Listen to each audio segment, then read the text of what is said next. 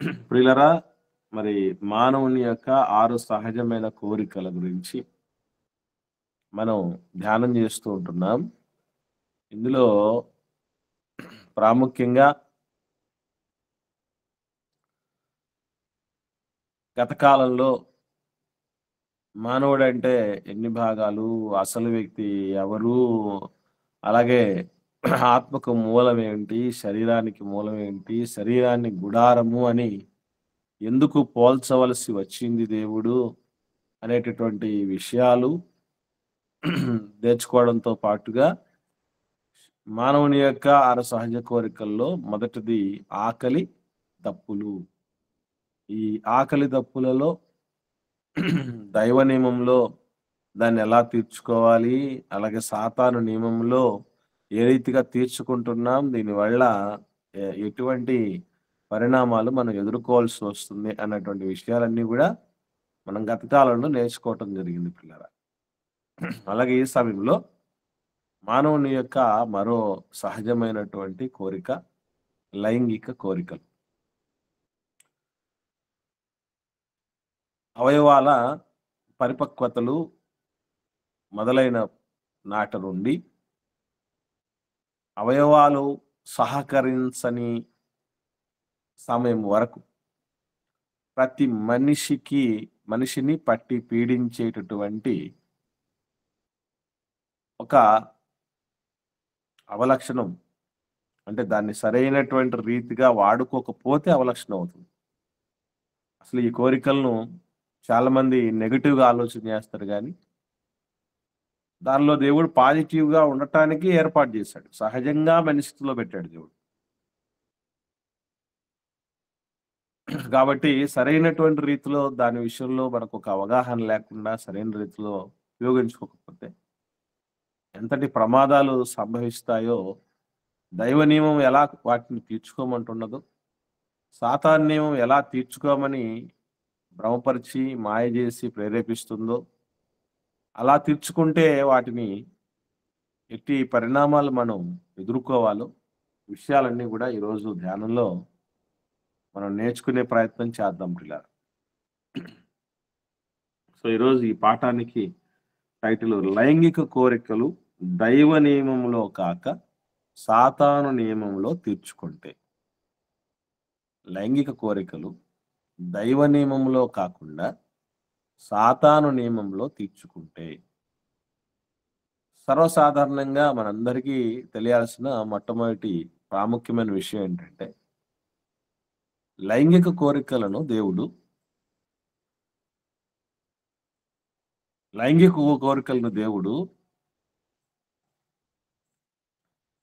Bible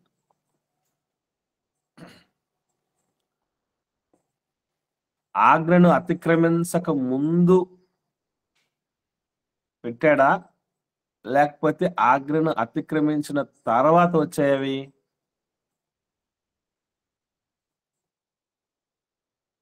నా ప్రశ్న అర్థమైందండి?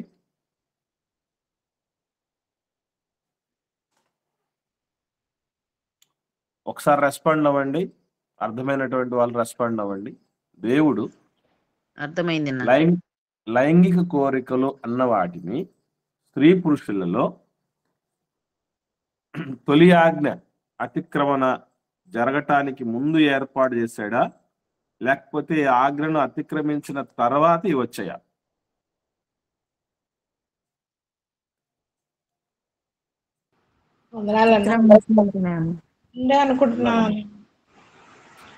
ముందే ఉన్నాయి.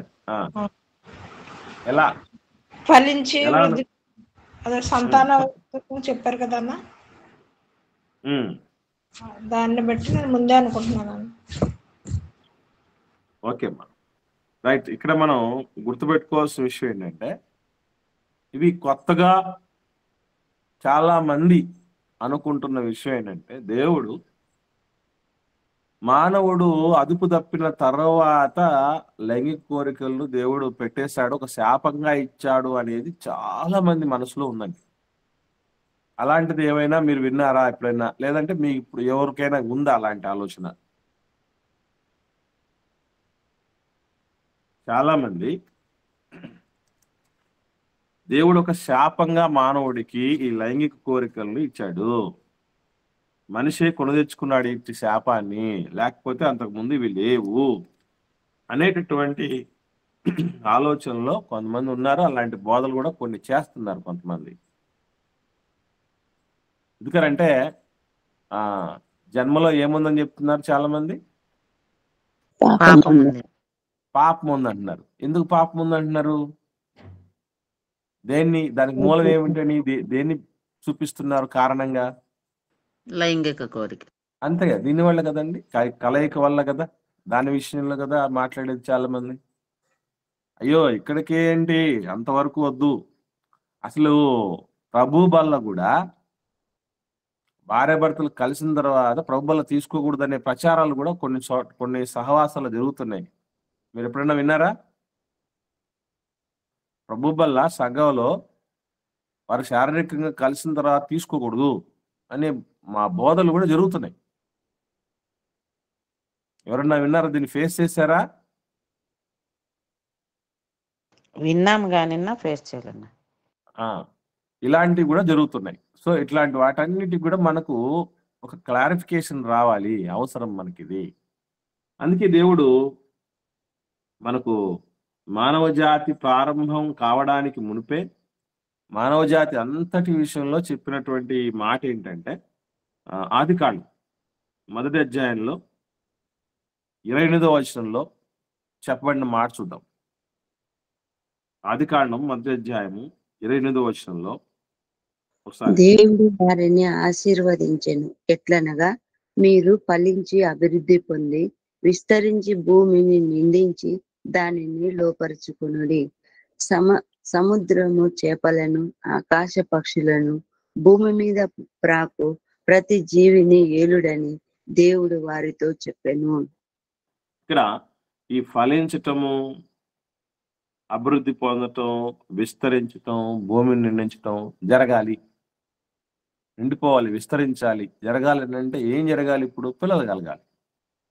అది సర్వసాధారణమైనటువంటి సామాన్యమైనటువంటి విషయం కదండి. అది పిల్లలు కలిగిన తర్వాత ఒకరికొకరు అలా మల్టిపుల్ అయిపోతూ భూమి మీద నిర్ణయించబడాలి. అది ఇది జరగాలంటే ఏం జరగాలి? ఇప్పుడు కలయిక జరగాలి. అంటే దేవుడు ప్రారంభంలోనే దీన్ని పెట్టాడు. మరొక విషయం ఏంటంటే దీన్ని బలపరిచే మంచి విషయం 3వ అధ్యాయం ఆదికాండంలో 16వ వచనం. హవ్వతో, మన ఆది తల్లితో దేవుడు మాట్లాడుతూ చెప్పిన మాట. 3వ అధ్యాయం 16వ వచనం. ఆయన స్త్రీతో, నీ ప్రయాసమును, నీ గర్భవేదనను నేను మిక్కిలి హెచ్చించేదను, వేదనతో పిల్లలను కందువు, నీ భర్త ఎడల నీకు వాంఛ కలుగును, అతడు నిన్ను ఏలునని చెప్పెను. సో ఈ మాట మనం చాలాసార్లు చదివాం కదండి. దీన్ని ఇప్పుడు మనం ఏదైతే ఆలోచన చేస్తున్నామో దానికి సపోర్టివ్ గా చెప్పాలంటే ఎలా? నీ భర్త ఎడల నీకు వాంఛ కలుగుతుంది అన్నారు. ఇంకా ముందుకు వెళ్ళాలమ్మా. అంటే ఆ మాట రావడం కంటే ముందు ఒకటి ఉంది. ఏంటమ్మా? ప్రసవ వేదన అధికం అవుతుందని చెప్పండి. ఇంకా మనం అంటే ఓకే, ఇవన్నీ మనం మాట్లాడుతున్నాం. మనం పాయింట్ మీదకి వెళ్ళి, అంటే దేవుడు ఆజ్ఞను అతిక్రమించటానికి మునిపే వీటిని ఏర్పరచాడు అనడానికి బలమైనటువంటి ఆధారం కింద దీన్ని కూడా చెప్పాలి. ఎలా చెప్పాలి?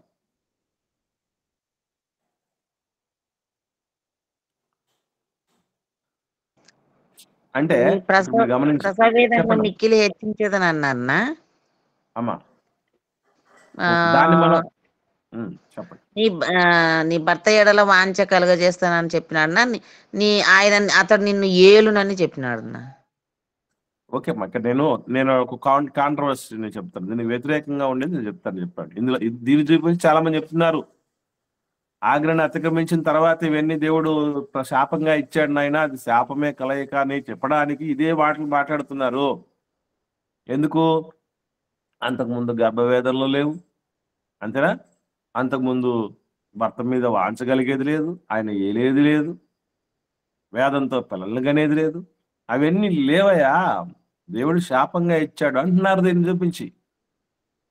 అది కాదయా, దానికంటే ముందే ఉంది అని ఈ మాటల్ని చూపించి చెప్పాలి. ఎలా అంటే చెప్పాలి? వందనాలన్నా. ఉండాలమ్మా, చెప్పమ్మా. అంటే ప్రసవ వేదన అప్పుడు ఉన్నింది, కానీ తర్వాత అధికం చేసినాడన్న. వెరీ గుడ్, వెరీ గుడ్ అమ్మా. అంటే ముందుగానే ఇది ఉండేది, జస్ట్ ఉన్నదాన్ని దేవుడు అధికం చేశాడు. అంతేగాని నీకు గర్భవేదనలు నేను ప్రారంభింపజేస్తాను, పుట్టిస్తాను, ఇంత ముందు లేవు అన్న మాటలు దేవుడు చెప్పలేదే. గర్భవేదన ఉండేది, దాన్ని మిక్కిలి హెచ్చిస్తానన్నాడు. అంటే ఆజ్ఞను అతిక్రమించడానికి ముందే కలయిక సంబంధించినటివి, గర్భం రావటము, వేదనలు రావటం, పిల్లలు కనడం, ఇవన్నీ ఉండేటివా? ఉండేవే. అది శాపానికి సంబంధించింది కాదు, పాపానికి సంబంధించింది అసలే కాదు అనేటటువంటి విషయం ఈ మాట ద్వారానే మనం అర్థం చేసుకోవచ్చు. రైట్. 4వ అధ్యాయం ప్రారంభం కొద్దాం. 4వ అధ్యాయం ప్రారంభం, ఆదికాండం. ఆదాము తన భార్య అయిన హవ్వను కూరినప్పుడు ఆమె గర్భవతి అయి కయ్యూనును కని, యెహోవా దయ వలన నేనొక మనుషుని సంపాదించుకున్నానను. గమనించండి ఇక్కడ. అంటే ఇప్పుడు బిడ్డలు కలగటం, దానికి మూలమైనటువంటి కలయిక ఏమిటన్నమాట? యెహోవా దయ వలన. పాపం కాదది, దేవుడి దయ, దేవుడి ఆశీర్వాదం, దేవుని దీవెనది. ఇది ముందుగా మన అందరి మనసులో ముద్రించుకోవాలి. అయితే దీనిని మరి ఎటు పడితే అటు చేసుకోవటం కుదరదు, ఎలా పడితే అలా చేయటం అనేది కుదరదు. అది సహజసిద్ధమైనటువంటి ఆ కోరిక అయినా, ఇంతకుముందు మీకు మాట చెప్పాను, ఎప్పుడైతే అవయవాల పరిపక్వత మొదలవుతుందో అప్పటి నుంచి ఇవి మొదలవుతాయి మానవ జీవితంలో. ఎప్పటిదాకా ఉంటాయి? చనిపోయేంత వరకు ఉంటాయండి. శరీరంలో జలసత్వాలు తగ్గిపోయే వరకు అవయవ ఉంటాయన్న, అంతే. జవసత్వాలు తగ్గిపోయి అవయవాలు సహకరించనంత వరకు ఉంటాయి. ఇది మనం ఎలా చెప్పగలం? దీనికి ఆధారం ఏంటంటారు? ఊరికి చెప్పుకోవడమేనా మనం? అప్పుడు దాకా ఉంటాయని చాలా మంది, కొంతమంది మాట్లాడుతూ ఏమనుకుంటారంటే ఇవి మహా అంటే పెళ్లి కాకముందు వరకే అనుకుంటారు. వివాహం కాకముందు వరకే, ఏదో యవనం ప్రారంభము దశలో ఉన్నప్పుడు మాత్రమే అనుకుంటారు చాలా మంది. వివాహం అయిన తర్వాత ఇలాంటివి ఉండవు అనుకుంటారు. అదంతా కానే కాదు. 100% ఎంతమందిని మనం చూడట్లేదు? సాతాను నియమంలో లైంగిక కోరికలు తీర్చుకునే వాళ్ళని వివాహమైన తర్వాత కూడా ఎంతమంది చూడట్లేదు? వాళ్ళే ఎక్కువైపోయారు ఇప్పుడు. కానీ అప్పటిదాకా ఉంటాయి నిజంగా, శరీరం అవయవాలు సహకరించనంత వరకు ఉంటాయని ఎలా చెప్పగలము? ఆదాము అవ్వగారు కూడా బ్రతికినంత కాలం పిల్లలు కంటానే ఉన్నారు అని చెప్తారు. అంటే బ్రతికినంత కాలం అనేది ఏం క్లారిటీ ఏం లేదక్క. కుమారులను కుమార్తెలను కన్నారు అని ఉంది, కానీ బ్రతికినంత కాలం కన్నారని ఏం లేదు. జలసత్వాలు ఉన్నంత వరకు అన్నాయి. ఇంకా మనకు అది ఇంకా పర్ఫెక్ట్ క్లూగా అనిపించట్లా. అంటే రేపు మనల్ని మనం సముదాయించుకోవాలన్నా, సమాజానికి మనం ఎడ్యుకేట్ చేయాలన్నా ముందు మనకు తెలియాలి కదండి. ముందు టీచర్లకు ట్రైనింగ్ ఇవ్వాలి. ఎందుకు? వీళ్ళెళ్ళి లోకానికి చెప్పాలి కదా. కాబట్టి మనం ఇప్పుడు టీచర్ల ప్లేస్లో ఉన్నాం, ఆధ్యాత్మిక టీచర్ల ప్లేస్లో ఉంటున్నాం కనుక ఫస్ట్ ఆఫ్ ఆల్ మనకు తెలియాలి. మనకి అంత బాగా తెలిస్తే అంత మంచిది. నేను స్త్రీ ధర్మము నాకు స్త్రీ ధర్మం ఉడిగిపోయింది అని శారమ్మ చెప్పడము, వృద్ధుడైన నా భర్త ఇప్పుడు తండ్రి అవుతాడా అని ఆమె నవ్వడము, ఇదొక కారణం అనుకుంటున్నాను. అమ్మా, అది మనం ఆ కారణం కింద చెప్పుకోవడానికి అవకాశం లేదమ్మా. ఎందుకనంటే దేవుడు మృతతుల్యమైనటువంటి వాళ్ళ దేహం నుండి అద్భుతకరంగా వాగ్దాన పుత్రుని తీసుకుని వచ్చాడు. వాస్తవంగా వాళ్ళది ఏమాత్రం లేదు, జీరో. వాళ్ళ రోలే జీరో. కాబట్టి దాన్ని మనం ఇక్కడ తీసుకురావడానికి లేదు. 2 సందర్భాలు బైబిల్లో మనం, అంటే మనిషికి జవసత్వాలు పూర్తిగా ఒడిగేంత వరకు కూడా ఈ కోరికలు సజీవంగా ఉంటాయని చెప్పటానికి మనకు రెండు యోబు క్లూస్ గారు యోబు గారు తన వెరీ కన్నులకు గుడ్ నిబంధన వెరీ గుడ్ చేసుకున్నాడు. వెరీ గుడ్ వెరీ గుడ్ అమ్మా. యోబు గ్రంథానికి వద్దాం. 31వ అధ్యాయము. యోబు గ్రంథము 31వ అధ్యాయంకి వద్దాం. రండి రండి. నేను అందరు తీశారండి. ప్రారంభ వచనం అందరు చూడండి, చాలా అవసరం ఇవి. నేను నా కన్నులతో నిబంధన చేసుకుంటుని కన్యకను నేను ఎలాగూ చూచుదును. చూడండి అలాగూ ఇక్కడ చేసిన ఎడ ఒక్క పరమునున్నది. నిమిషం చాలక్క, ఒక నిమిషం వినండి. చిత్రం ఏంటంటే ఈ మాటలు చెప్తున్న సమయానికి యోబు గారి స్టేటస్, ఆయన పరిస్థితి ఏంటి? ఆయన పిల్లలు ఎంతమంది ఉన్నారో తెలుసండి? 10 మంది 10 మంది. మళ్ళా చిన్నపిల్లల పెద్ద పిల్లల వాళ్ళు? పెద్ద పెద్ద పిల్లలే. పిల్లలే. పెద్దవాళ్ళని ఎలా చెప్పగలం? ప్రతిరోజు వారి కొరకు ఆయన విందు చేసుకుంటున్నారు. అది కాదమ్మా, విందు చేసుకుంటున్నారు, విందు దినాలు జరుపుకుంటున్నారు. అంటే విందు జరుపుకుంటున్నారంటే వాళ్ళు జరుపుకునేంత పెద్దవాళ్ళే. మెచ్యూరిటీలో ఉన్నారంటే 10 మంది పిల్లలు. ఒక చిన్న లెక్క అడుగుతాను, ఒకసారి ఆలోచన చేసి చెప్పండి. 10 మంది పెళ్ళిడికి వచ్చిన పిల్లలు ఉండాలంటే నాన్నకి ఎంత వయసు వచ్చిండొచ్చు? ఒక సూచాయిగా 10 మంది పిల్లలు ఉన్నారు, వాళ్ళందరికీ పెళ్ళిడి వచ్చిందండి. అప్పుడు నాన్నకి ఎంత వయసు ఉండడానికి అవకాశం ఉందంట? 50 సంవత్సరాలు ఉంటాయన్న. ఖచ్చితంగా 50 అందరికీ సంవత్సరాలు పెళ్ళిడి అబౌవ్. రావాలంటే అన్న ఖచ్చితంగా 60 ఏళ్ళు పైమాట ఉంటుంది. కనీసం 60 ఏళ్ళు పైమాట. ఇప్పుడు చిన్న విషయం చూడండి, బాబు సార్ గారికి 60 ఏళ్ళు, 3 పిల్లలు ఉన్నారు. 3 పిల్లలకు పెళ్ళిడు వచ్చేసింది, పెళ్ళిళ్ళు అయిపోయాయి. ఇంకొక 7 మందికి జరిగించాలనుకోండి పెళ్ళిళ్ళు. అప్పుడు ఆయనకి ఎంత వయసు వచ్చి ఉండాలి చెప్పండి మీరు? మహా అంటే ఈ 60 ఏళ్ల వయసులోపు ఇంకొక 3 చేసి ఉండొచ్చా? అనుకుందాం, సార్కి 10 మంది పిల్లలు ఉందనుకున్నాం యోగు గారు లాగే. అంతేనా? అంతకంటే చెప్పండి. ఇంకో 3 కంటే ఎక్కువ చేయడానికి అవకాశం ఉందా 60 ఏళ్ళకి? ఉందిన్న. ముగ్గురికి చేశాడు, ఇంకో 3 చేయగలడు. అక్కడికి 6 మంది అవుతారు. అంటే కనీసం 60 నుంచి 70 ఏళ్ల వయసు వచ్చి ఉండాలి. 10 మంది పెళ్ళిడికి వచ్చిన పిల్లలు ఉన్నారంటే, పెద్ద పిల్లలు 10 మంది రావాలి అని అంటే ఖచ్చితంగా 60 నుంచి 70 ఏళ్ళు కనీసం వయసు ఉండాలి ఒక మనిషికి.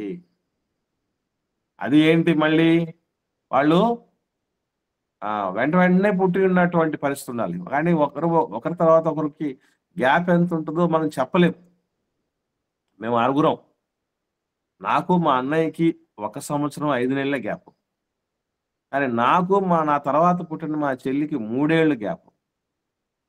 మా చెల్లి తర్వాత పుట్టిన తమ్ముడికి 5 ఏళ్ళు గ్యాప్. మళ్ళీ ఆ అబ్బాయికి తర్వాత పుట్టిన అబ్బాయికి 2 ఏళ్ల గ్యాప్. ఇప్పుడు గ్యాప్లు అనేవి చాలా చాలా తేడాగా ఉన్నాయి చూడండి. అట్లా ఉంటాయి కొంతమందికి. కొంతమంది ఎలా ఉంటారు? సంవత్సరం ఏటా బాలింతలు అంటారే, అలాగ ఉంటారు. సో ఇవన్నీ ఫ్యాక్టర్స్ మైండ్లో పెట్టుకొని యావరేజ్గా మనం ఆలోచన చేస్తే 60 నుంచి 70 ఏళ్ళు వయసు ఉన్నటువంటి ముసలాయన మాట్లాడుతున్న మాటలు ఇవి. ఏంటి, ఆయన కూడా కన్యకను చూడడానికి అవకాశం ఉంటుందా ఏంటి? ఉంటుంది ఉంటుంది ఉంది కాబట్టే ఆయన మాట్లాడుతున్నాడు. ఇంకా 9వ వచనం చూడండి. 9వ వచనం యోబు గ్రంథం 31వ అధ్యాయం 9వ వచనంలో, నేను హృదయమున పరస్త్రీని మోహించిన ఎడల, నా పొరుగువాని ద్వారమున నేను పొంచి ఉన్న ఎడల, నా ఎవరు? భార్య పొరుగువాని ద్వారము దగ్గర పొంచి ఉంటాడట. ఎవరండి? ఈ 60-70 ఏళ్ళ ముసలాయన హృదయమున పరస్త్రీని మోహించడానికి అవకాశం ఉందట. ఇంకా పొరుగువాని ద్వారమున పొంచి ఉండడానికి కూడా అవకాశం ఉంటుందట. కాబట్టి ప్రతి ఒక్కరికి జవసత్వాలు ఉడిగేంత వరకు ఈ కోరికలు సజీవంగా ఉంటాయి. ఇంకొక ఇన్సిడెంట్ చూడాలంటే, ఇంకొక సందర్భం చూడాలంటే మనకు ఎక్కడ దొరుకుతుంది చెప్పండి? లూకాసు వార్తలో. ఈ సందర్భం ఏంటమ్మా? జకరియా ఎలిజబెత్ దంపతుల గురించి అమ్మా. అవునన్నా. అది కూడా ఒక వండర్ఫుల్ భక్తి అమ్మ. అది మన ఇస్సాక్ గారు లాంటిదే. దేవుడు వాగ్దానం చేయగా వచ్చినటువంటి పరిస్థితులు తప్ప దాన్ని కూడా మనం అక్కడ తీయడానికి లేదమ్మా. ఇంకా ఇంకా చెప్పండి. అభిషేకు సందర్భం అన్న దావీదు. Very good, very good. దావీదు గారు అభిషగు అనేటటువంటి అమ్మాయిని ఏం చేస్తారు అంటే, ఒకసారి చూద్దాం. రాజుల మొదటి గ్రంథము 1వ అధ్యాయము ప్రారంభం నుండి. రాజుల మొదటి గ్రంథము 1వ అధ్యాయము ప్రారంభం నుంచి జాగ్రత్తగా నేను చదువుతాను, అందరూ నోట్ చేసుకోండి దయచేసి. రాజైన దావీదు బహురుధుడు కాగా సేవకులు అతనికి ఎన్ని బట్టలు కప్పినను అతనికి వెట్ట కలుగక ఉండెను. ఏమయ్యాడటండి దావీదు గారు? ఏమయ్యాడట దావీదు గారు? వృద్ధుడు కాదు, బాగా ఆలోచన చేసి చెప్పండి. బహువృద్ధుడైనాడు. వృద్ధుడు వేరు, బహువృద్ధుడు వేరు, గమనించండి. అందుకే వాటిని మనం జాగ్రత్తగా స్ట్రెస్ చేయాలి. బహువృద్ధుడయ్యాడు. బహువృద్ధుడైనప్పుడు ఏం జరిగింది అంటే, వాళ్ళు 2వ వచనం, కాబట్టి వారు మా ఏలిన వాడును రాజునకు నీ కొరకు తగిన చిన్నదాన్ని వెతుకుట మంచిది. ఆమె రాజులని సముఖమందు నుండి నిన్ను ఆదరించి వెట్ట కలుగుటకు నీ కౌగుట్లో పండుకొనని చెప్పి ఇశ్రాయేలు దేశపు నలుదిక్కులలో తిరిగి ఒక చక్కని చిన్నదాన్ని వెతకి అభిషగు అను షూనేమీయురాలిని చూచి రాజునొద్దకు తీసుకుని వచ్చింది.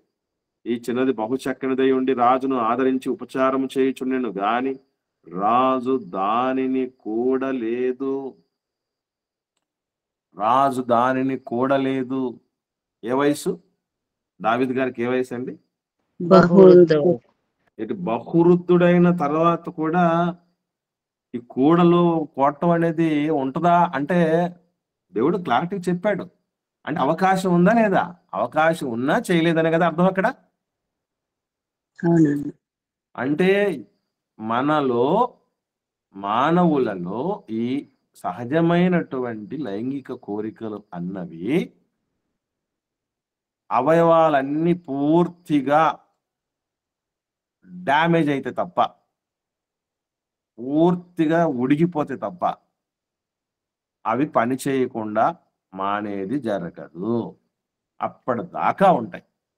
మనం అందరం చాలా మంది ఏమనుకుంటాం అంటే 50 ఏళ్ళు వచ్చేస్తే కొంతమంది 45 ఏళ్ళకే వైరాగ్యంలోనికి వచ్చామని ఫీల్ అవుతూ ఉంటారు. కాదది జరగదు.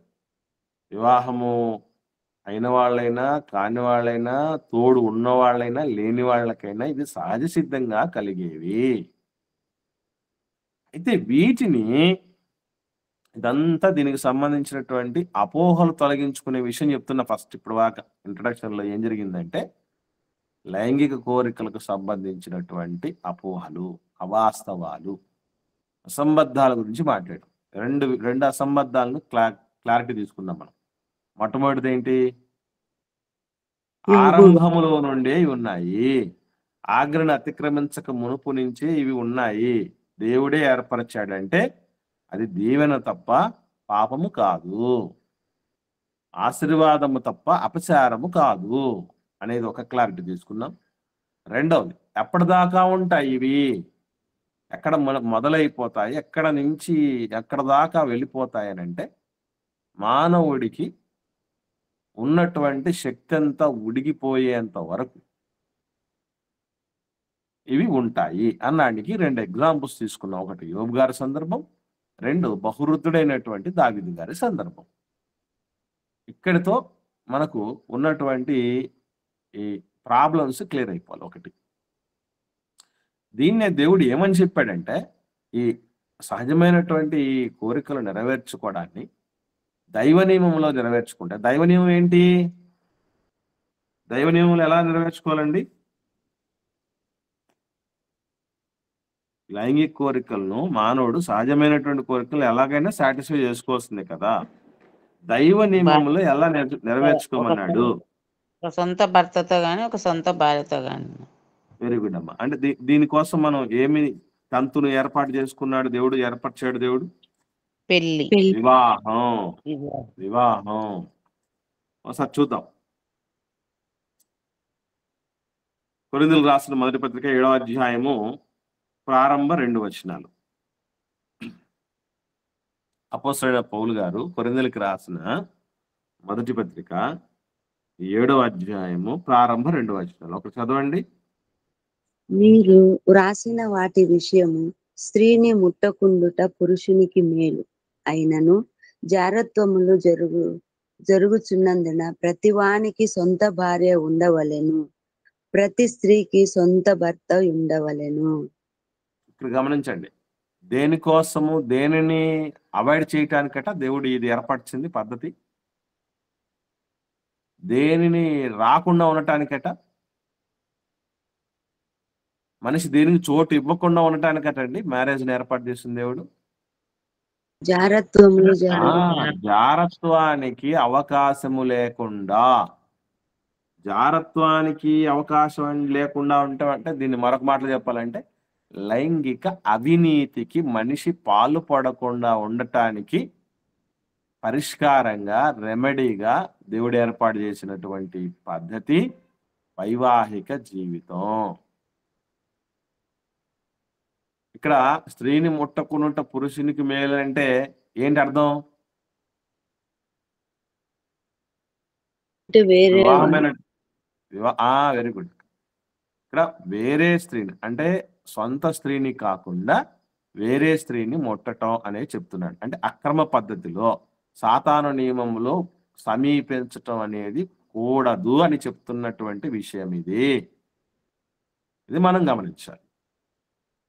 సో దీనికోసం దేవుడు చెప్పినటువంటి మాట ఏంటంటే ప్రతి పురుషుడికి సొంత భార్య, ప్రతి స్త్రీకి సొంత భర్త ఉండాలి అని. అది దైవ నియమం. అయితే ఇక్కడ మనం తెలుసుకోవాల్సినటువంటి సత్యం, జీవితకాలం కొత్త నిబంధనల ప్రకారం జీవితకాలం ఒక పురుషునికి ఎంతమంది ఉండాలి భార్యలు? ఒక్కరే ఉండాలి. ఒక స్త్రీకి ఎంతమంది ఉండాలి భర్తలు? ఒక్కరే ఉండాలి. ఎందుకు ఇలా దేవుడు ఏర్పాటు చేశాడు? ఇప్పుడు పాత నిబంధనలో పాలిగామి అనేది ఉండేదండి. పాలిగామి అంటే తెలుసు కదండి, బహుభార్యత్వం. అప్పుడు బహుభార్యత్వానికి దేవుడు అనుమతి ఇచ్చి ఇప్పుడు ఒక్కరికి ఒక్కరే అని పెట్టాడు అని అంటే దానికి ఎందుకు అలా కారణం, ఎందుకు అలా అనుమతి ఇచ్చాడు దేవుడు అక్కడ? ఇప్పుడు ఎందుకు అనుమతి నిరాకరించాడు? తెలుసా కారణాలు ఏమన్నా? ఇప్పుడు దావీదు గారికి భార్యలు ఎంతమంది అండి?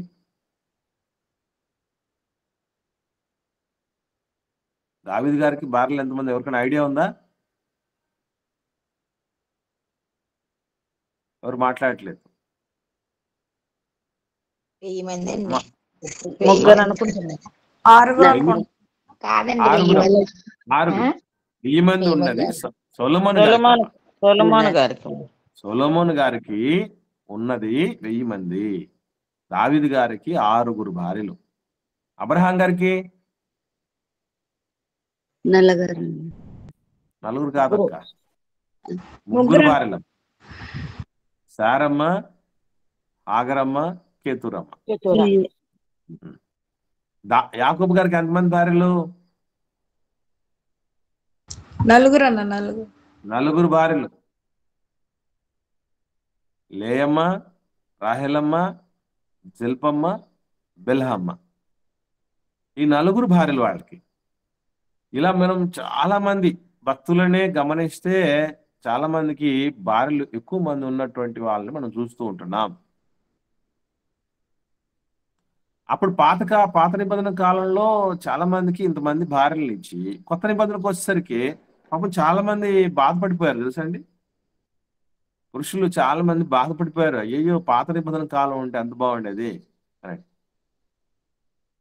ఇంకా కరెక్ట్ గా వాస్తవం ఎరిగినటువంటి మాలాంటి వాళ్ళు అయితే ఒక్కదాంతోనే ఏగలేక చేస్తున్నాం, ఎంతమంది ఎక్కడ ఏ విధంగా వాళ్ళు చేశారా అని మాలాంటి వాళ్ళకు భయం, ఆశ్చర్యం, ఆక్రోశం. సరే, ఇప్పుడు మనకు తెలియాల్సిన క్లారిఫికేషన్ ఏంటంటే ఎందుకు ఆనాటి కాలంలో అలాగా అనుమతి ఇవ్వటం జరిగింది, ఇప్పుడు అనుమతి ఎందుకు నిరాకరించాడు? దీనికి బలమైన 2 కారణాలు ఉన్నాయి. ఇది మనకు కూడా తెలియాలి. ఎందుకంటే ఎవరైనా క్వశ్చన్ చేశారనుకోండి, ప్రతివానికి సొంత భర్త ఉండాలి, సొంత భార్య ఉండాలని, ఏంటి ఒక్కరినే చెప్తున్నాడు దేవుడు? పాత నిబంధనలు మరి వాళ్ళందరికీ అంతమంది ఉన్నారు కదా, మరి అలాంటప్పుడు వాళ్ళు తప్పు చేసినట్టు కదా, పాపం చేసినట్టు కదా, అప్పుడు వాళ్ళకి నరకానికి పోతారా? ఇవన్నీ అడగడానికి అవకాశం ఉన్నాయి. మనకు కూడా చదివేటప్పుడు క్లారిటీగా ఇలాంటి డౌట్ రావడానికి అవకాశాలు ఉన్నాయి. మరి వాటి జవాబు ఏంటి? ఎవరికైనా ఐడియా ఉంటే ఒకసారి పంచుకోండి దయచేసి. నా అప్పుడు కొన్ని వందల సంవత్సరాలు బ్రతుకుతా అన్నారు, నా ఆయుష్ ఎక్కువగా ఉండింది. మరి Very good ఇంకా అమ్మా. రాగా రాగా ఆయుష్ తగ్గిపోతూ 120 ఇంకా అధిక బలం అనే ఎడల 70-80కే వచ్చింది కాబట్టి ఇంకా ఆస్కారం ఓకే లేదన్న అనుకుంటున్నాను. ఓకే అమ్మా, రైట్. ఇక్కడ గమనించండి, ఒకవేళ ఏజ్ ఎక్కువ ఉన్న కారణాన్ని బట్టి వాళ్లకు పాలిగామి అంటే బహుభార్యత్వం అనేది ఉండేది అని అంటే, ఎక్కువ కాలం బతికి ఒక్క భార్యతోనే అడ్జస్ట్ అయిన వాళ్ళు ఉన్నారా లేరా? ఉన్నారన్న. ఉన్నారు కదండి. ఇప్పుడు ఇసాక్ గారికి ఎంతమంది భార్యలు మరి? ఒక భార్య. ఒక్కటేనా? ఒక భార్య కదండి. ఇసాక్ గారికి ఒక భార్య. ఇలా చాలా మంది ఉన్నారు కదా. ఇంకోటి ఏంటంటే, కొంతమంది పెళ్ళిళ్ళే చేసుకోకుండా బతికారు, ఎక్కువ కాలం బతికారు వాళ్ళు పాత నిబంధనలు. మరి వీళ్ళ సంగతి ఏంటి? కాబట్టి దీన్ని మనం సహేతుకమైన కారణంగా తీసుకోవడానికి లేదు. ఇంకేమైనా ఇంకా ఏమైనా బాగా మనం స్ట్రైక్ అవ్వాలి. యాక్చువల్లీ అలాంటివి ఎందుకు జరిగించాడు దేవుడు, ఎందుకు వాటికి అనుమతి ఇచ్చాడు అనే దానికి సంబంధించి చాలా స్పష్టమైనటువంటి కారణాలు ఉన్నాయి. నేను ఆల్రెడీ ఒకసారి చెప్పాను అనుకుంటున్నాను, కానీ ఒకవేళ కొంతమంది వచ్చి ఉండకపోవచ్చు, ఒకవేళ మర్చిపోయి ఉండొచ్చు.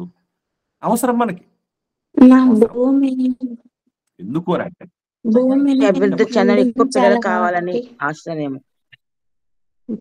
ఓకేమ్మా, ఇప్పుడు భూమిని నిండించడానికి సంబంధించి మనం ప్రారంభం జంట దగ్గరికి వద్దాం ఇంకా క్లారిటీ చెప్పడానికి. ఇదే నిజమైన కారణం అయితే ఆదాం గారు ఎంతమంది చేసుకోవాలి? మన ఆది తండ్రి ఆదాము గారు ఎంతమంది చేసుకోవాలి? ఫస్ట్ చేసుకోవాల్సిన ఆయన ఎవరినైనా, ఎందుకంటే ఫస్ట్ ఆయనే కదా. ఆయన ఒక్క ఆవిడని చేసుకున్నా కూడా నిండించడానికి ఎంతో మందిని కన్నాడా లేదా? కన్నారండి. అన్నాడు. అది కూడా కారణం కాదు, సహేతుకమైన కారణం కాదు. ఇంకా దీనికి ముఖ్యమైనటువంటి కారణాలు ఏంటంటే, యుద్ధాలు అన్నవి ఎప్పటి నుంచి ప్రారంభమైనట్టు మీరు చూశారు బైబిల్లో? చెప్పండి. యుద్ధాలు సుధమ కుమార ప్రాంతం. అంటే ఆది కాండములో నుంచి చూసాం కదమ్మా, అవునా? ఆది కాండములో నుంచి యుద్ధాలు మనం చూసామా లేదా? అంటే యుద్ధాలు అవునండి. ఎవరు చేస్తారు? అబ్రాహాం యుద్ధాలు ఎవరు చేస్తారండి? యవనస్తులు, స్త్రీలా పురుషుల? పిల్లలు స్త్రీలా పురుషుల? పురుషులు చేస్తారు. యుద్ధాలు పురుషులు చేసినప్పుడు యుద్ధాల్లో ఏం జరగడానికి అవకాశాలు ఉంటాయి? చనిపోవడానికి అవకాశం. పోతారు కదా ఎక్కువ జనం అండి. మగవాళ్ళు ఎక్కువ మంది చనిపోవటానికి అవకాశం ఉంటుంది. తర్వాత చనిపోకపోయినా ఏం జరగడానికి అవకాశం ఉంటుంది? ఒకవేళ చనిపోకపోయినా ఏం జరగడానికి అవకాశాలు ఉంటాయి? కాళ్ళు చేతులు అట్లా కాళ్ళు చేతులు అవయవాలు కోల్పోవటానికి అవకాశం ఉంటుంది. సో ఇట్లా చనిపోయిన వాళ్ళ వలన, కాళ్ళు చేతులు పూర్తిగా పోయినటువంటి వాళ్ళ వలన పురుషుల జనాభా తగ్గిపోతుంది, స్త్రీల జనాభా ఏమైపోతుంది? పెరిగిపోయింది. ఇప్పుడు ఎక్కువ మంది స్త్రీలు ఉండి తక్కువ మంది పురుషులు ఉంటే ఏం జరగాలి? ఇద్దరు పురుషులు ఉన్నారండి, 10 మంది స్త్రీలు ఉన్నారండి. అప్పుడు ఏమవుతుంది? ఒక పురుషుడు 5 మంది చేసుకోవాలి, అంతేనా? దట్టు ఇంకోటి ఏంటంటే, ఓల్డ్ టెస్టమెంట్లో అయినా న్యూ టెస్టమెంట్లో అయినా 100% సెక్యూరిటీ ఒక స్త్రీకి ఏ రూపైనా వస్తుందంటే భర్త రూపైనా వస్తుంది. ఆ విషయాన్ని దేవుడు మనస్కరించి అనుమతినిచ్చాడు పాలిగామికి దేవుడు అనుమతి ఇవ్వటానికి ముఖ్యమైనటువంటి కారణం అది. దానికి మించి వేరే కారణం కాదు. సంతానోత్పత్తి ఒకరి వల్ల అయినా దేవుడు ఎక్కువ చేయించగలడు, తప్పులేదు. ఎందుకంటే దేవుడు ఆయనకున్న కెపాసిటీ ఏంటంట,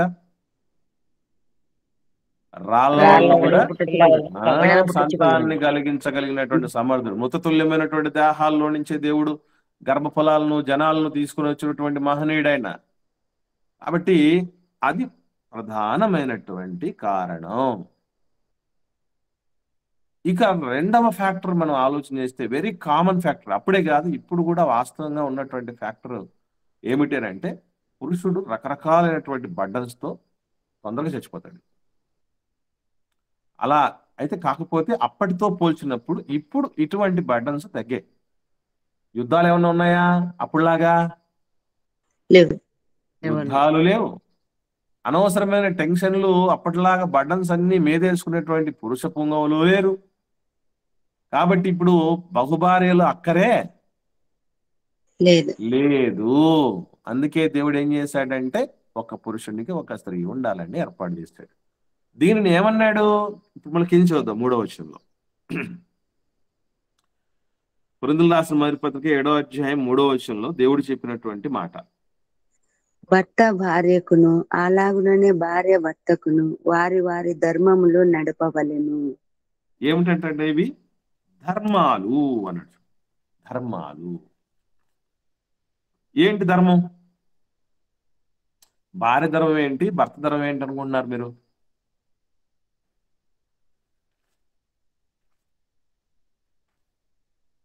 మీకు ఇవన్నీ చెప్తున్నప్పుడు ఒక డౌట్ రావచ్చు, ఏంటి పాస్టర్ ఏంటి ఈ విషయాలన్నీ ఇంతగా అడగటం ఏంటి, ఇట్లా మనం ఇన్వాల్వ్ అవటం ఏంటి అని ఏమన్నా అనిపిస్తుందా మీకు ఎవరికైనా?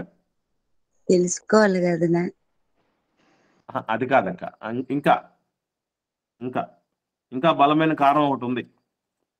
ఇలా సేవకుడు చెప్పడానికి బలమైన కారణం మరొకటి ఉంది. ఎవరికైనా ఐడియా ఉందా? ఎందుకంటే ముందు ఈ క్లారిఫికేషన్స్ ఇవ్వకుండా మనం ముందుకెళ్తే ఏమవుద్దంటే సేవకుడు ఏంటి అని రకరకాలుగా అనుకోవడానికి అవకాశం ఉంది. అలా అనుకోకుండా ఉండడానికి మనకు ఒక బలమైన కారణం తెలియాలి. ఎందుకు అలా చెప్పాలి సేవకుడు అనేది మనకు తెలియాలి. ఎవరికైనా ఐడియా ఉందా?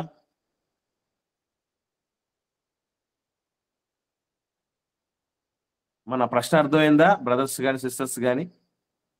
సేవకుడు ఇలాంటి విషయాలు మాట్లాడొచ్చా? మాట్లాడకూడదు అనుకుంటారున్నా, కానీ ఇది తెలుసుకోవాల్సిన విషయం ఉన్నా. ఓకే అమ్మా, వెరీ గుడ్. అనుకుంటారు చాలా మంది. ఒకవేళ మీలలో కూడా అలాంటి వాళ్ళు ఉండకూడదు. మీరు ఇప్పుడు ఇదే కాకుండా తర్వాత వినేవాళ్ళు కూడా ఉంటారు కదా, వాళ్ళకు కూడా అర్థం కావాలి. కాబట్టి ఫస్ట్ ఆఫ్ ఆల్ ముందు మనకు తెలియాలి ఎందుకు ఇలా మాట్లాడు. ఇప్పుడు రేపు మీరు ఎవరితోనైనా మాట్లాడకూడదు అని మీమాంస కూడా మీకైనా ఉండొచ్చు. కాబట్టి ఇది దీనికి సంబంధించిన క్లారిఫికేషన్ సామెతల గ్రంథం 5వ అధ్యాయం చూద్దాం. 5వ అధ్యాయము ఇక్కడ సందర్భం ఏంటంటే 8వ వచనం చూస్తే సందర్భం మనకు అర్థమవుతుంది. చదవండి ఒకరు.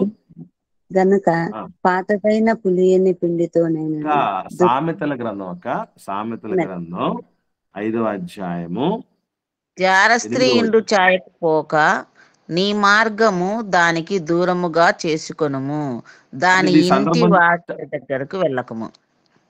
అమ్మక మాటమ్మా. ఇప్పుడు ఏ సందర్భం అండి ఇది? జారస్త్రీ అంటే అక్రమ లైంగిక సంబంధాలకు సందర్భం. ఇది సందర్భం కదా. ఒకసారి కింది చూద్దాం. 12వ వచనం నుండి. అయ్యో ఉపదేశము నేనెట్లు త్రోసివేసి తిని, నా హృదయము గద్దింపు నెట్లు తృణీకరించెను, నా బోధకుల మాట నేను వినకపోతిని. ఒక్క మాటమ్మా, ఈ 12వ వచనం దగ్గరే ఆగి 13వ వచనం దగ్గర కూడా పోకుండా పోతే అసలు ఎవరు ఉపదేశించాలి ఇట్లాంటి విషయాలు? Question number 1. హృదయం గద్దింపునెట్లు త్రోసివేసను. ఎవరు గద్దించాలి ఇలాంటి వాటి విషయం అని అంటే మనకు అక్కడ ఒక డైలమా వస్తుంది, ఒక క్వశ్చన్ మార్క్ వస్తుంది. కానీ 13వ వచనంకి వస్తే పర్ఫెక్ట్ ఆన్సర్ చెప్తున్నాడు. ఎవరు చెప్పాలంటే వెళ్ళి మరి బోధకుల మాట. ఎందుకంటే ఉపదేశకులకు నేను చెవియొగ్గలేదు అంటే బోధకుడు ఉపదేశకుడే చెప్పాలి ఇవన్నీ. పోనీ ఒక మాట అడుగుతాను, మీరు చెప్పండి క్లారిటీగా. మనకి అందరికీ మన పెద్దోళ్ళు పెళ్లి చేశారు కదండి, మనం కూడా మన పిల్లలు పెళ్లి చేస్తున్నాం కదా. మన పెద్దోళ్ళు ఎవరైనా చెప్పారా ఇలాంటి విషయాలు? చెప్పే పెళ్లి చేశారా? ఎవరు చెప్పలేదు. ఎవరు చెప్పలేదు. పోనీ మన పిల్లలకు మనం ఏమైనా చెప్పామా? అస్సలు చెప్పలేదన్నా. మనము చెప్పలేదు. మరి ఎవరు చెప్పాలి? మొదటిగా అమ్మ నాన్నలకి చెప్పాలండి. ఇమ్మనకుండా పోతే అలా చెప్తూ వాస్తవంగానండి. అందుకేనండి సేవకుడికి దేవుడిచ్చినటువంటి గొప్ప వరం ఆధిక్యత ఏంటంటే ఎవరు కరెక్ట్ గా చెప్తే వింటారు అని తెలుసు. ప్లస్ ఎవరి దగ్గర అందరికంటే బాగా తెలిసినటువంటి సర్వజ్ఞత ఉండాలి. సేవకుడు అంటే మామూలు విషయం కాదండి. అతడు అన్ని ఎరిగిన వాడే ఉండాలి, అన్ని ఆస్పెక్ట్లలో తెలిసిన వాడే ఉండాలి. అందుకే అంత సులభం కాదు. నిత్య విద్యార్థిగా ఉండాలి సేవకుడు. మీరైనా కాస్త కొంతకాలానికి ఆపేయచ్చేమో నేర్చుకోవడానికి, కానీ మాకు అది కుదరదు. నేను 25 ఏళ్ల విద్యార్థిని, నేర్చుకుంటూ బోధ చేస్తూ ఉన్నటువంటి పరిస్థితుల్లో జనవరి వస్తే నాకు సిల్వర్ జూబ్లీ. అటువంటి పరిస్థితుల్లో ఉండి నేర్చుకుంటూ నిత్యము ఉంటాడు కాబట్టి నిత్య గ్రంథ పారాయణం ఉంటుంది. ప్రతిదీ. ఇంకోటి ఏంటంటే ఇన్సిడెంట్లు ఏదన్నా చూసారంటే మీరు ఆలోచించే విధానం ఒక విధంగా ఉంటుంది, సేవకులు ఆలోచించే విధానం వేరే విధంగా ఉంటుంది. అవునా కాదా మీరు చెప్పండి? ఏదన్నా లోకంలో ఒక ఇన్సిడెంట్ జరిగిందంటే మిగతా వాళ్ళు ఆలోచించే విధానం వేరు ఉంటుంది, సేవకుడు ఆలోచించే విధానం మరో రకం ఉంటుంది. నా దగ్గరికి ఏదన్నా ఒక కేసు వచ్చిందంటే, ఏదన్నా ఒక ఇన్సిడెంట్, ఒక ప్రాబ్లం వచ్చిందంటే ఫస్ట్ ఆఫ్ ఆల్ నాకు వెంటనే దీనికి సొల్యూషన్ ఏం చెప్పాడు దేవుడు అని వెతుకులాట మొదలు పెడతాడు నా బ్రెయిన్. పరిష్కారం ఏం చెప్పిన్నాడు దేవుడు, ఇది మనకు తెలిసి ఉండాలి కదా. నేను తెలుసు, ఎందుకంటే నాకు కూడా బిడ్డలు ఉన్నారు. భౌతికంగా బిడ్డలను ఇచ్చాడు దేవుడు, ఆత్మీయంగా బిడ్డలను ఇచ్చాడు, మీలాంటి ఆత్మీయులను ఇచ్చాడు. ఇలాంటివన్నీ నాకు తెలియకపోతే నేనేం చెప్పగలను? నేనేం ఎడ్యుకేట్ చేయగలను చెప్పండి? అందుకే ఖచ్చితంగా ఇవన్నీ ఎవరు చెప్పాలి? బోధకులే బోధకుడు చెప్పాలి, ఉపదేశకుడు చెప్పాలి. ఎవరూ చెప్పకపోతే ఎవరు చెప్పగలరు? ఎయిడ్స్ గురించి మాట్లాడితే ఏమంటాడు తెలుసా అండి? నిశ్శబ్దాన్ని ఛేదించండి, ఎయిడ్స్ గురించి మాట్లాడండి అంటాడు. విన్నారా? ఎయిడ్స్ గురించి మాట్లాడాలా, దాని విషయంలో నిశ్శబ్దం ఉండకూడదా అని ఒక మనిషి చెప్తున్నాడు. వాడికి ఇంకా క్లారిటీ లేక తప్పుడు విధానాలు, నువ్వు తప్పు చేస్తే చెయ్యి కానీ జాగ్రత్తగా చెయ్యి, నువ్వు దొంగతనం చేస్తే చెయ్యి కానీ దొరకకుండా చెయ్యి అన్నట్టు కదా వాడు చెప్తాడు. ఎయిడ్స్ గురించి మాట్లాడేవాడప్పుడు ఏం మాట్లాడతాడు? తప్పు చేసే ముందు నువ్వు కన్నం వాడంటాడు. అందుకే లోకములో ప్రభుత్వాలు, అధికారులు ఇచ్చే అవేర్నెస్ కి దైవ ప్రతినిధి ఇచ్చే అవేర్నెస్ కి చాలా తేడా ఉంటుంది. అందుకే దేవుడు బోధకుణ్ణి, ఉపదేశకుణ్ణి అరమరికలు లేకుండా, నాయన మొహమాటం అనేది లేకుండా చెప్పు నాయన. అవసరం వాళ్ళకి ఎవరు చెప్పకపోతే ఎలా తెలుసుకుంటారు వాళ్ళు? ప్రకటించువాడు లేని ఎడలా వారెట్లు విందురు. కాబట్టి దయచేసి ఎవరు కూడా ఎందుకు ఈ దైవజనుడు ఇంత డీటెయిల్డ్ గా ఇట్లా మాట్లాడుతున్నాడని పొరపాటు కూడా ఎవరు అనుకోకండి. ఓకే అండి? బోధకుడికి అధికారం ఉంది కదండి, అదేనమ్మా, అది మనకు తెలియాలి కదా. ఖండించి బుద్ధి అధికారం ఉందా చెప్పమన్నట్టు. లేదా, అతను మాట్లాడడానికి అవకాశం ఉందా లేదా, దేవుడు ఇచ్చాడు లేదా అని మనం ఎలా తెలుసుకోవాలి అనేది మనకు ముఖ్యంగా రావాల్సింది. కనుక మనం ప్రధానంగా సామెత గ్రంథం 5వ అధ్యాయంలో చెప్పబడినటువంటి ఈ ఆధారాన్ని బట్టి మనం అర్థం చేసుకోవాల్సింది అది. ఖచ్చితంగా అనుకుంటారు. నా దైవ సేవకుడు ఏంది, దీని గురించి మాట్లాడడం ఏంది, ఏదన్నా ఆత్మీయంగా ఎదుగుదలకు ఏదన్నా చెప్పచ్చు కదా, ఇవి అవసరమా అని ఖచ్చితంగా అనుకుంటారు. అందుకేనమ్మా, అందుకే మాట్లాడి చెప్తున్నాను. అయితే ఈ మాట బుద్ధి చెప్పే విధంగా, జవాబిచ్చే విధంగా ఉంది. నా బోధకుల మాట నేను వినకపోతిని, నా ఉపదేశం నేను చెవి ఎగ్గలేదు. ఇది కరెక్ట్ గా సరిపోయింది. వెరీ గుడ్ అమ్మా. ఇక్కడ మనం సేవకుడు చెప్పలేని పరిస్థితుల్లో ఉండటం తప్పు, గుర్తుపెట్టుకోండి. సేవకుడే చెప్పాలి, చెప్పకపోతే తప్పు అవుతుంది, చెప్తే కాదు తప్పు. ప్రపంచంలో ఉన్న ప్రాబ్లమ్స్ అన్ని దేని మీద ఉన్నాయండి? దీని మీదేనా? సమస్యలన్నీ దాని మీదే పెట్టుకొని ఎవరు మాట్లాడకపోతే, ఎవరు పరిష్కారం చెప్పకపోతే ఏమైపోవాలి ప్రపంచం? సమాజాన్ని ఏం చేయడానికి? అసలు ఎందుకు, ఎక్కడ దాకా ఎందుకండి లోకం అంతా వద్దండి? మన క్రైస్తవ కుటుంబాల్లో లేవేంటి? ఎక్కడ దాకా ఎందుకు? మన కుటుంబాల్లో లేవా? రావా? ఉన్నవన్నీ అవే. మరి ఉంటే దానికి కారణాలు ఏంటో, దాని పరిష్కారం ఏంటో ఎవరు చెప్పాలండి? కూలంకషంగా ఎవరు చెప్పుకోకపోతే, ఎవరు పట్టించుకోకపోతే ఏమైపోతుంది ప్రపంచం? ఎంత విలువైన జీవితం ఇది, అందుకే తెలియాలి. రైట్. దైవ నియమంలో తీర్చుకునేటప్పుడు ఒక మంచి మాట చూసి మనం దైవ నియమములో ఈ లైంగిక కోరికలు ఎలా తీర్చుకోవాలనేది మాత్రమే ఈ రోజు కంప్లీట్ అవుతుంది. నెక్స్ట్ డే మనము సాతాను నియమములో ఎలా తీర్చుకుంటున్నాం, అలా తీర్చుకుంటే మనం ఏమైపోతాం అనేది డీటెయిల్డ్ గా తెలుసుకుందాం. ప్రకటన గ్రంథం 14వ అధ్యాయం 4-5 వచనాలు చూద్దాం. ప్రకటన గ్రంథం 14వ అధ్యాయం 4-5 వచనాలు.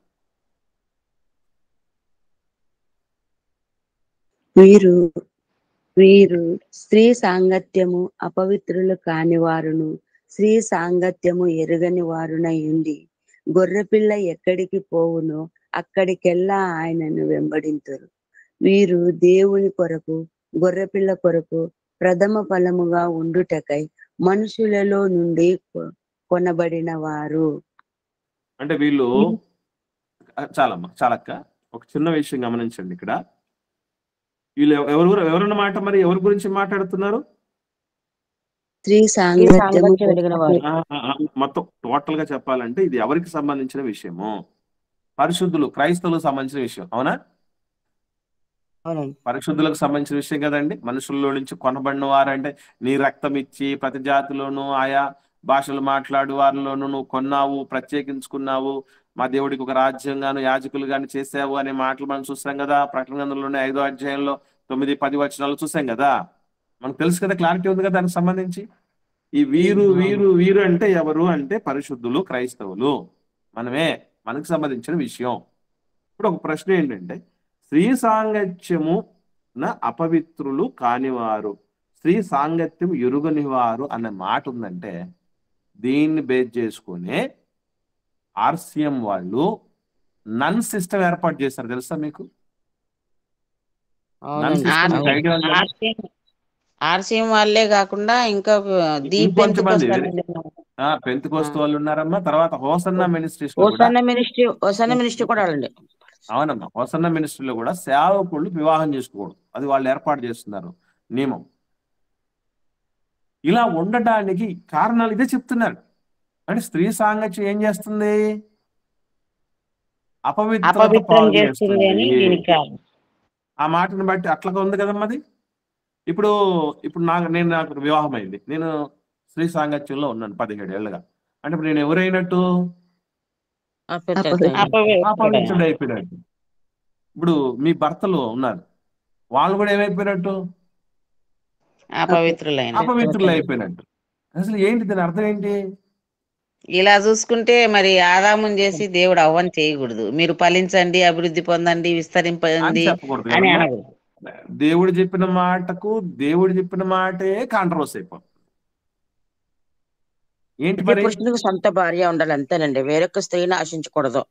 వెరీ గుడ్ అమ్మా. ఇక్కడ చెప్తున్నటువంటి దేవుడి సందర్భం కూడా మీరు అంతవరకు ఎందుకు ఆలోచన చేయండి. పరిశుద్ధులుగా దేవుడు ప్రత్యేకపరచుకున్న వాళ్ళలో వివాహమైన పురుషులు లేరా? 100% ఉన్నారు. పేతురు వలెను, తక్కిన అపోస్తుల వలెను విశ్వాసురాలైన భార్యలను వెంట పెట్టుకొని తిరుగుటకు మాకు అధికారం లేదా అని అంటాడు పౌలు గారు. అంటే అర్థం ఏంటి? ఇది వివాహం అయినటువంటి వాళ్ళ విషయం కాదు. దేనికోసం మరి? అక్రమ సంబంధం, అక్రమంగా లైంగిక అవినీతి పరంగా తప్పుడు విధానములో స్త్రీని సమీపించకూడదు అని చెప్పేది తప్ప వేరొకటి కాదు. వేరొకటి అని అనుకుంటే, అది అందరికీ అనుకుంటే మొత్తం బైబిల్ అంతటికి కాంట్రవర్సీ అయిపోతుంది.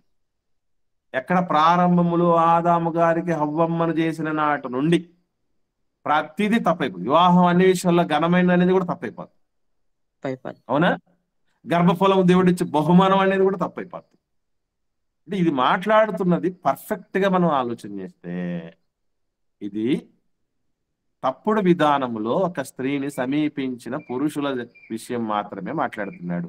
కాబట్టి పరిశుద్ధులైన ప్రతి ఒక్క క్రైస్తవుడు గుర్తుపెట్టుకోవాల్సింది, క్రైస్తవురాలు గుర్తుపెట్టుకోవాల్సింది ఏంటంటే, అక్రమమైన పద్ధతిలో అవినీతి పరంగా మనము లైంగికంగా ఒకటవ్వకూడదు అనేది. ఎందుకనంటే గొర్రెపిల్ల ఎక్కడికి పోను అక్కడికెల్లా పోతున్నారు. యేసుప్రభువును ఫాలో అవుతున్న వాళ్ళు ఎవరు అని అంటే, ఇదిగో సాతాను నియమంలో లైంగిక కోరికలను తీర్చుకోనని వారు, దైవ నియమంలో మాత్రమే ఈ కోరికలను తీర్చుకునేవారు. మనకు తెలుసు మనం ఎంతవరకు ఈ కట్టడలో ఉంటున్నాము అనేది మనందరికీ తెలుసు. కాబట్టి ఒకవేళ వివాహానికి ముందు కానీ వివాహం తర్వాత కానీ జీవితంలో నేను మరొక పురుషుణ్ణి ఎరుగను అని ఏ సహోదరిమణి ఉంటుందో అలాగా ఎరుగని స్థితిలో, లేదంటే వివాహానికి ముందు కానీ వివాహానికి తర్వాత కానీ మరొక స్త్రీని నేను ఎరిగిన పరిస్థితి లేదని ఏ పురుషుడైతే ఉంటారో వాళ్ళని అనాలి. ఏమనాలి? జీసస్ ఫాలోవర్స్, క్రీస్తును అనుసరించేవాళ్ళు, క్రీస్తుని వెంబడించేవాళ్ళు, గొర్రెపిల్ల ఎక్కడికి పోవునో అక్కడికెల్లా పోవారని వాళ్ళని అనాలి. అలాంటి వాళ్ళు మన అందరిలో ఉన్నారని నేను నమ్ముచున్నాను. మన పిల్లల్లో కూడా అలాంటి వాళ్ళే ఉండాలి. ఇదే సాధించాలి, గుర్తుపెట్టుకోండి. మన బిడ్డల విషయంలో మనం ఎప్పటికైనా సాధించాల్సినటువంటి అత్యధిక గొప్ప విజయం ఏంటంటే, వివాహానికి ముందు ఏ పిల్లలను కంటికి రెప్పలా కాపాడుకుంటూ ఈ లైంగిక అవినీతికి పాల్పడకుండా జాగ్రత్త పడాలి. వివాహమైన తర్వాత కూడా వాళ్ళ ధర్మాలు నిబద్ధతగా పాటించే విధంగా జీవితకాల పర్యంతం. ఇది ఫస్ట్ ఫోర్మోస్ట్ విక్టరీ అండి మనిషికి. మొట్టమొదటి అత్యద్భుతమైన విజయం ఏంటంటే మానవ జీవితంలో ఇదే. వీళ్ళు అనింజులు అన్నారు చూడండి, వీళ్ళు అనింజులు, వీరి నోట ఏ అబద్ధము ఉండదు. అసలు అబద్ధాలు ఆడేవాళ్ళు ఫస్ట్ పాయింట్ గుర్తుపెట్టుకోండి, అబద్ధాలు అనర్గళంగా ఎవరు మాట్లాడతారంటే అక్రమ సంబంధాలు ఉన్నోళ్ళే మాట్లాడతారు. అవునంటారా కాదంటారా చెప్పండి? అవునండి, ఇప్పుడు ఎక్కువగా అదే జరుగుతుంది కదా. ఈ అబద్ధాలన్నీ ఎట్లా ఉంటారంటే, పెళ్లికి ముందు అమ్మాయి చెడిపోయిందని ఎవడన్నా చెప్తాడండి? ఒకళ్ళు చెడిపోయిన అమ్మాయి ఉందనుకుందాం, చెప్తారా? చెప్పరు. అయ్యయ్యో మా అమ్మాయి అసలు వజ్రం, వైడూర్యం, బంగారం, గోమేధికం, కెంపు, అందుకే కన్యారత్నము అంటాం. చూసారా మనం పెళ్లి పత్రికలో ఏం రాస్తామండి? కన్యారత్నం. తర్వాత దానం, ఏ దానం? కన్యాదానం. ఆల్రెడీ ఆమెకు ఎవరో ఒకరు గర్భదానం చేసి ఉంటారు, అయినా కూడా కన్యాదానం అంటారు. ఎంత పరిస్థితులు ఈరోజు. మగవాడి పరిస్థితి ఇంకా చెప్పనక్కర్లేదు. కాబట్టి ఇది మనం అచ్చుకోవాల్సింది, దైవ నియమం ఇది. ప్రతి పురుషుడికి జీవితకాల పర్యంతము చాలు ఒక అమ్మాయి, ప్రతి స్త్రీకి జీవితకాల పర్యంతము చాలు ఒక పురుషుడు. చాలు కాబట్టే దేవుడు అక్కడికి బాండింగ్ చేశాడు, అక్కడికి సీజ్ చేశాడు. దేవుడు లిమిట్ చేశాడు. ఒకవేళ చాలదు అనుకుంటే, ఇప్పుడు మనకు తిండి ఎంత అవసరమో మన అమ్మనాన్నకు తెలుసా తెలియదండి? చెప్పండి. మా అమ్మ నాన్నకి ఎందుకండి, మా హెడ్ మాస్టర్ గారికి. ఇప్పుడు ఆయన దగ్గర నేను దాదాపు 4-5 ఏళ్ళ నుంచి పని చేస్తున్నానండి. 4-5 ఏళ్ళ నుంచి పని చేస్తూ ఉంటే ఆయన కొలీగ్స్లలో ఎవరు ఎలా తింటారు, వాళ్ళకి ఎంత ఆకలి ఉంది, వాళ్ళ కెపాసిటీ ఏంటి అనేది ఆయనకే తెలిసింది. ఎక్కడన్నా ఈ రోజున స్కూల్లో విందు జరగాలంటే నేను ఉండాలి, ఎందుకంటే నేనే ఒక పట్టుబడతానని ఆయన తెలుసు. అంటే 5 ఏళ్ళు కలిసి పని చేస్తున్నందుకు ఇలా తెలిస్తే అమ్మ నాన్నకి ఎంత బాగా తెలుస్తుంది ఇంకా చెప్పండి. అప్పుడు చెప్తూ ఉంటారు, ఒక బిడ్డకి ఎక్కువ పెడతారు కొంతమంది అమ్మ నాన్న. ఎందుకమ్మా మిగతా వాళ్ళకంటే ఎక్కువ పెడుతున్నారంటే వాడు బాగా తింటాడండి, బాగా తింటాడు వాడు, అమ్మాయి బాగా తింటది అని చెప్పేస్తారు. అంటే దేవుడికి మన ఆకలి తెలుసు, అది గుర్తుపెట్టుకోండి.